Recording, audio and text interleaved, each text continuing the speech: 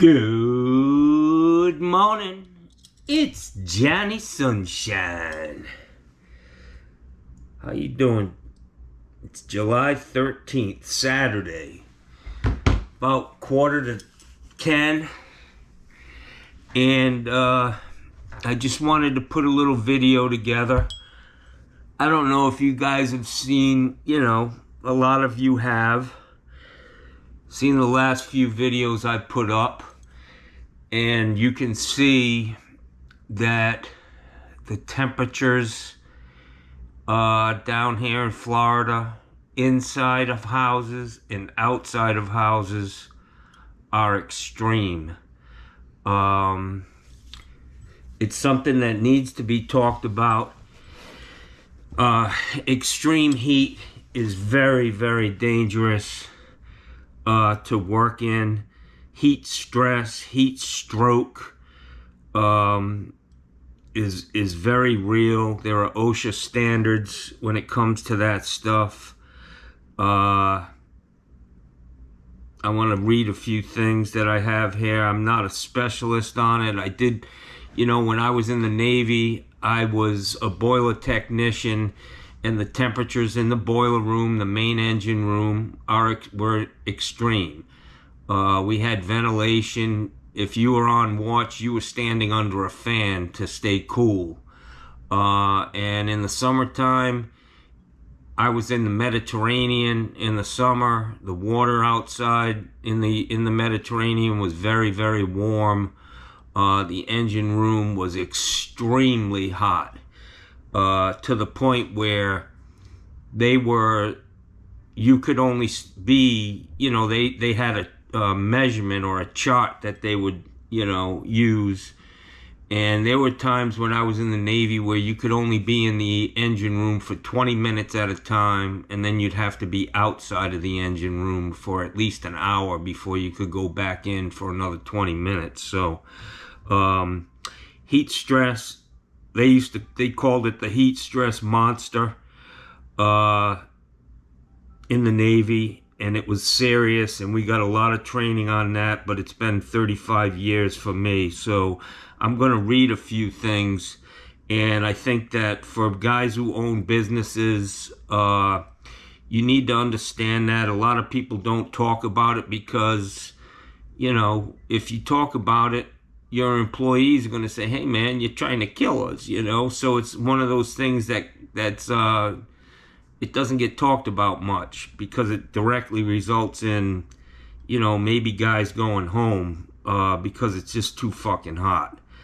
I look at these guys who cut grass, and a lot of them are from South America, and they're totally covered up in clothes. I mean, layers, like unbelievable, and you can't even see an inch of skin on their body.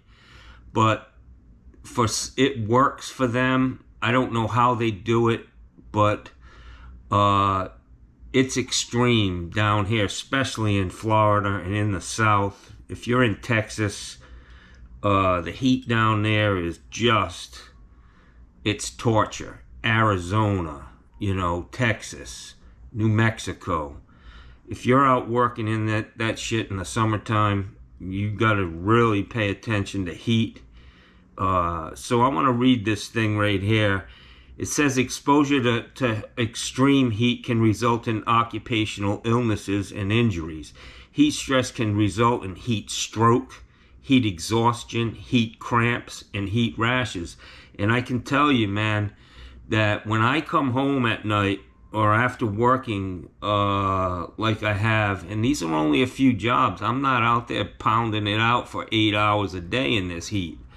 I am getting older. I'm going to be 60 in August, but it's taking its toll on me. And there were times when I was younger, working here in Florida, that I would come home and I would be so cramped up. Like I have a membership at a massage place, Massage Envy, and I'd go in there and my whole body was tied in knots. I mean, literally cramped up like you wouldn't believe. You wash out all the nutrients in your body by hydrating, drinking water all the time, potassium, eat some bananas or whatever. There are probably a lot of guys, I hope there are guys listening to this who can comment, who know more about it than me. But I realize the reality of it. It's very, very dangerous, man. Especially for air conditioning guys, going up in an attic and working all day. Changing out air conditioning systems in Florida in August, man. It's dangerous, man. So it also says heat can also increase the risk of injuries in workers as it may result in sweaty palms, fogged up safety glasses, and dizziness. And I'll tell you, man, yesterday when I stood up on that roof after clearing that drain line, I did get a spell of dizziness, And your body's working overtime, man. Your body is really working to keep your body within the parameters that it needs to be in. It needs to be cool. It needs to be 98.6 degrees or whatever the hell it is. So your body's working to do that, and you're sweating profusely. I mean, literally, sweat was just pouring off of me, man. I mean, I write up an invoice, and the invoice is totally soaking wet. I carry a towel with me. I try to, wipe my face so I'm not making a mess of people's houses. But it's a danger, and it's something that needs to be dealt with or talked about more. And it's really up to the owners of businesses. I don't have employees, but when I had employees, I was conscious of, how hot it was. And, you try to get these guys home early is what I do. Be like, let's knock this shit out early and get the fuck out of here. I'll pay you for the whole day.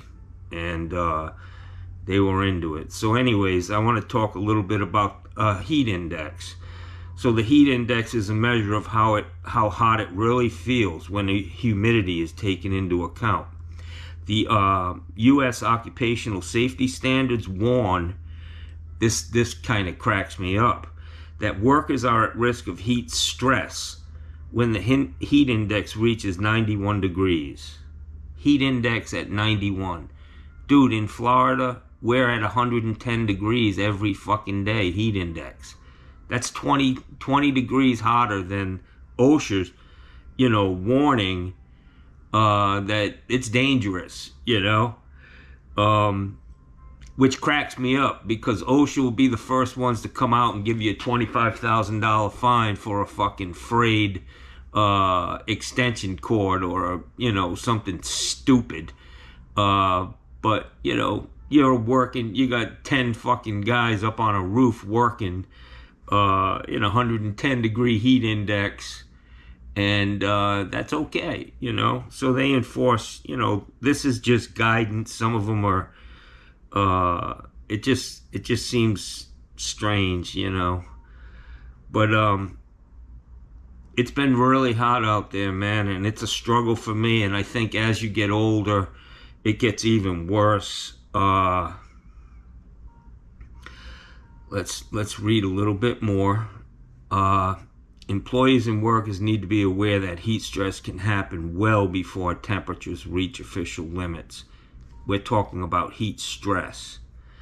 For workplace safety, the U.S. study suggests the heat index is a measure of how hot it really feels when the humidity is taken into account. U.S. occupational safety standards warn that workers are at risk of heat stress when the heat index reaches 91 degrees. But an analyst of 25 incidents of outdoor worker illnesses and deaths show that the risk can rise at a heat index of just 85 degrees. Researchers say 6 deaths happened at heat indexes below 90 degrees. Heat-related illnesses can and do occur on days that aren't particularly hot. An average summer day with a temperature in the 80s can fatally injure workers if proper precautions are not taken. said this Dr. Aaron Tustin of the U.S. Department of Labor's Occupational Safety, OSHA, basically. When working in warm or hot weather, take precautions to avoid heat stroke.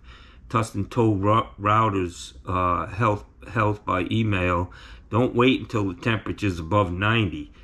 Ideally, employers would monitor all the factors included in OSHA guidelines, which I suggest people go online and download some of this stuff, because whether you believe it or not, it's getting fucking hot out, guys. It's getting hotter than ever before. Call it whatever the fuck you want, whether it's just cyclical and that's what happens, but the reality is it's getting hotter. I don't know who's to blame, it doesn't matter. The reality of the situation is it's getting fucking hotter every year. Last year was the hottest year on record. And this year most likely is going to fucking outdo that. So pay attention. We can argue about what's causing it. It doesn't really matter. The reality of it is it's getting hotter. So ideally, employers would monitor all the factors included in OSHA guidelines, such as the so-called wet bulb globe temperature, which I've seen air conditioning guys use this wet bulb measure on air conditioning. I see Steve Lav break out a wet bulb sheet, and so you guys, the air conditioning guys, know about that. I don't really know anything about that. But let me read this again a little bit more. Such as the so-called wet bulb globe temperature, which is a precise measure of environmental heat, as well as how strenuous the work is, work clothing and equipment, the effects of direct sunlight and other conditions at the work site. But the study team notes in CDC's Morbidity and Mortality Weekly Report, employers often obtain heat index information from publicly broadcasted weather reports or forecasts that do not necessarily reflect conditions at their work site. So this guy and his colleagues from the CDC and OSHA received 25 incidents of outdoor occupational heat-related illnesses, including 14 deaths that were investigated by OSHA between 2011 and 2016. So this is probably an older article, but they also say that working in heat stress, like stressing your body out physically, mentally, it can exacerbate pre-existing conditions. For me, as a cancer survivor, it's a real deal, man. I have to pay attention to this stuff, and I can't push myself. My body's already, been pushed to the max trying to survive, and working in this heat down here. I mean, look at my windows, man. This is just a normal day, guys. I got my air conditioning on 77 and the fucking the condensate is just dripping down my windows, man. My whole house. And it affects you mentally. When you wake up in the morning and you look, you can't see out any of your windows because it's so steamy outside. For me, it really has the effect of like post-traumatic stress, man. I don't want to go back out there, man. It hurts, It's like if you get bit by a dog a couple of times, on your way home from school, you're going to change that fucking route because you're tired of getting bit by that dog. Well, that's what weather does to me. And I honestly believe that my body, the way I grew up in New England, and we had big houses, and my mom, we had fireplaces. We always went and bought cords of wood. We'd buy 4-foot seasoned oak, and we'd cut and split it ourselves. There we go. Guy doing 100 miles an hour on a motorcycle. Watch out for them motorcycles, guys. That could be a total fucking asshole driving one. Yeah. I love those bumper stickers. Yeah. I love motorcyclists who, aren't dangerous. But these kids out here on these fucking crotch rockets, yeah. Unfortunately for them, when I see them, I just cringe. I don't even like to be around them because I know how this shit ends for them. But anyways, yeah, I grew up in a house where my mom, her only reason for turning the damn heat on was to keep the pipes from freezing. You know, it wasn't anything about keeping us warm. In my house, you had like 50 pounds of blankets in your bed, and you'd get under there, and they were so fucking heavy you couldn't even roll over. And that's just the way it was. You always had, put a sweater on. You know, Ma, I'm fucking freezing. Well, put a sweater on. Well, I already have 2 sweaters on. Well, go get your fucking jacket. That's the way it was. So I was wired for cold weather like a fucking Eskimo. And now I'm down here in Florida.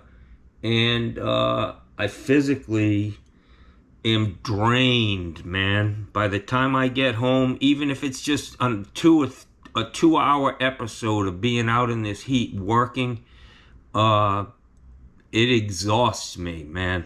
So anyways, I don't know enough about this. I understand that it's dangerous, and that's all I need to know, really. But if you wanted to, you know, I would look up for anybody interested or anybody who has more insight on this.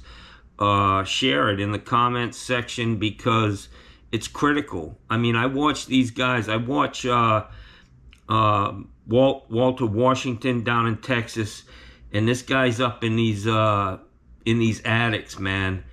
And I know my daughter lives in Texas, and I keep an eye on what the temperatures are down there. And it's horrible, man. Literally, a dog could die sitting outside. You know, they blow up. Realize it, guys. It ain't fake, man. Like I said, we can argue about what's causing it, but the reality of it is it's hot as fuck out here. And I'm going to close on that. And I look to other people. Roger Wakefield, he's always... He's very in tune with what's going on in... I just think he has a great channel, and he's always sharing good information, very knowledgeable. He brings people in who are specialists in these different areas of plumbing and HVAC. Not HVAC, all plumbing for him, but I'd like to see him do something, talk about that, do a special on that, heat index, and the effects it has on workers. So anyways, hey guys, I want to show you something, man. See this? I got a new pipe wrench, man. Yeah. For you guys who are always saying, go get a pipe wrench. I just want to tell you that this pipe wrench was the impetus for the tattoo on my arm, man. It's the same wrench. He just made a copy of it in the copying machine, y'all. I love this wrench. I'm thinking about putting it on my chain, man. You know, that might be a little strange, but it's Johnny Sunshine. Being a little strange don't matter to me. Anyways, guys, have a great Saturday. I hope this helps you. For you guys who are not employers, if you're just working for somebody, do yourself a favor, man. Look into, educate yourself, man, is what I'm trying to say. Do a little research. Spend an hour and just peruse. That's a big word. Peruse the internet and find some articles on heat stress and some of the things you can do. Obviously, hydrate. A lot of the stuff, Pedialyte that's out there for kids. Usually they use it for kids when they're dehydrated. It restores electrolytes. And, I used to use that stuff, man. I'd make a drink. I'd put whatever the bottle said to put in, and I'd keep it cold, and I'd try to restore. You want to stay away from things with a lot of sugar. Like, I think Gatorade has a lot of sugar, but it has electrolytes in it. But Pedialyte, they just came out with a new... Pedialyte themselves came out with a a drink for people, for adults, you know. I mean, usually Pedialyte was for babies, but now Gatorade has come out with something to counteract that. I mean, it's competitive here. They saw Pedialyte made a move into that market, and so now Gatorade has one that's more just electrolytes, a little less sugar, I guess. But you know, sometimes you got to take a break, man. Go find a shade tree. Be careful out there, man. That's all I'm saying. If you're up on a roof and you fucking pass out, buddy, you're going down, Jackson. You're gonna roll off that roof. I don't want to be fucking upside down, ass over tea kettle in somebody's bush after rolling off their fucking roof. You know what I'm saying? Because I know I still, when I get up, I'm gonna have to go get all my tools off the roof, man. Anyways, guys, have a great day. It's Saturday. I hope where you are it's cool, or at least normal. But remember these numbers I put out. OSHA OSHA says 91 degree heat index is something you need to be concerned about. That's a joke. The heat index in Texas, the heat index in Florida is 20 degrees higher than that, and humid as fucking hell. At least in Florida it's humid. I can't speak of any other place. I love the people from Arizona. They're like, yeah, but you know, yeah, it's 125, but it's, you know, it's dry heat. It doesn't, you know, what? You could bake a fucking potato in 125 degrees. Come on. Anyways, have a great day before I start flipping out.